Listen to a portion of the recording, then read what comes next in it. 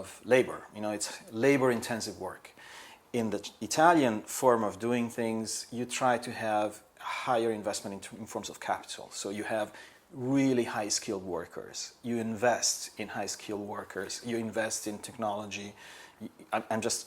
I'm really just talking about the best brands, not the average low end. Do you think, by what I see this time, I'm also, maybe I was not that previously that well informed, that made in Italy also could be done by the laborers or manufactured by the people who are not Italian artisans. Do you think to the buyers or consumers it could be a misleading kind of signal? No, I would say no, that's not really key. I mean, who cares who does the work, as long as they are committed to the artisanal idea, to the craftsmanship required to do a fine job. So let's take our tanneries, for instance. Italian leather is world renowned, is very, very famous. But who works in the tanneries? You don't see many white-skinned Italians there. You may see people that are, have an Italian passport, but maybe they are of African or Indian or Pakistani or Bangladeshi origin or Arabs, So that's not really important. What is really important, and it's important for our nation's industry, is to keep control on the quality of the process. That is key. You can't have high-quality made in Italy brands if we lose control of the quality process. Quality also means safety, it means workers' rights, it means healthy working conditions, all sorts of things. So those are elements that build the whole aura of a made in Italy brand.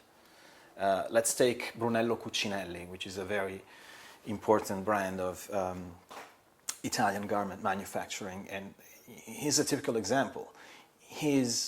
A suit by Brunello Cucinelli may cost you upwards of 6,000 euro, but it's probably one of the best suits that you could buy on the planet. So I've talked to those Chinese owners, Chinese workshop owners, Chinese factory owners, and they all acknowledge the fact this business now it's very much saturated. Yes. It's low margin, but there's so many people in the business. I think they say one way to move forward is to have self brand, the own brand. And I think I've also met people who has sisters or young generation who are becoming designer, who want to have design. And then, as a matter of fact, I'm going to meet one of the designer on Saturday. So do you see that the Chinese first, they come in just to make money, quick money, cheap and then speed. And now they understand that to be able to, in this business for a long time, they have to, really create their own brand. Absolutely. There's definitely a learning process involved, and it's a generational thing.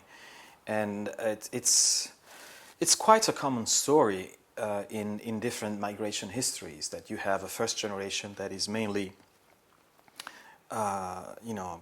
focusing on sacrificing itself for the sake of their children and their children's children. So your first generation usually doesn't really have a say on working conditions or on the kind of enterprise that they are actually able to make